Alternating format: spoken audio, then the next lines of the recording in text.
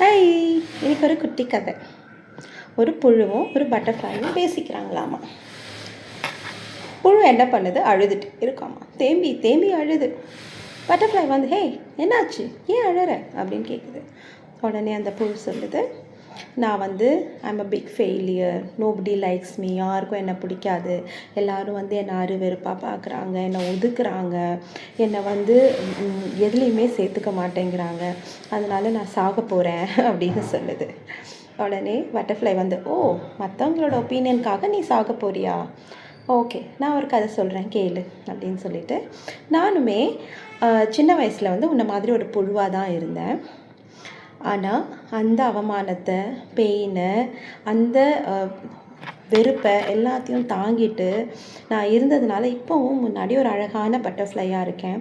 எல்லோரும் பார்த்து என்ன ஆச்சரியப்படுறாங்க, எல்லோரும் என்ன அவங்களோட தான் ஆக்கிக்கணும்னு நினைக்கிறாங்க.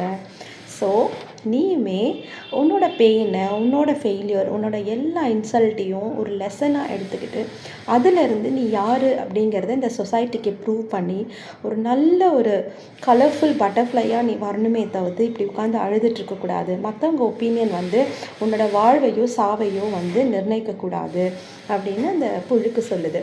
புழுவுமே வந்து ஓ அப்படின்னு சொல்லிட்டு அதோட எண்ணத்தை மாற்றிக்குச்சு. ஸோ நம்மளும் அப்படி தான், புழு மாதிரி தான். நம்ம யாருங்கிறது நமக்கு தெரியாமல் மற்றவங்க நம்மளை சொல்கிற அந்த கமெண்ட்ஸை வச்சுட்டு, இல்லை மற்றவங்க நம்மளை பற்றி சொல்கிற விஷயங்களை வச்சு நம்ம வந்து நம்மளை ஃபெயிலியர் ஆகும், இல்லை நம்மளே நம்மளை வந்து ரொம்பவும் வேல்யூலெஸ்ஸாகவும் நினச்சிக்கிறோம். அது எல்லாத்தையுமே நம்ம ஒரு லெசனாக எடுத்துக்கிட்டு அவங்க முன்னாடி யாரெல்லாம் நம்மளை ஒதுக்குனாங்களோ, வெறுத்தாங்களோ அவங்க முன்னாடி நம்மளோட ட்ரூ நேச்சரை, கலரை, டேலண்ட்டை வெளியில் கொண்டு வரணும். Okay, so be a butterfly. Thank you.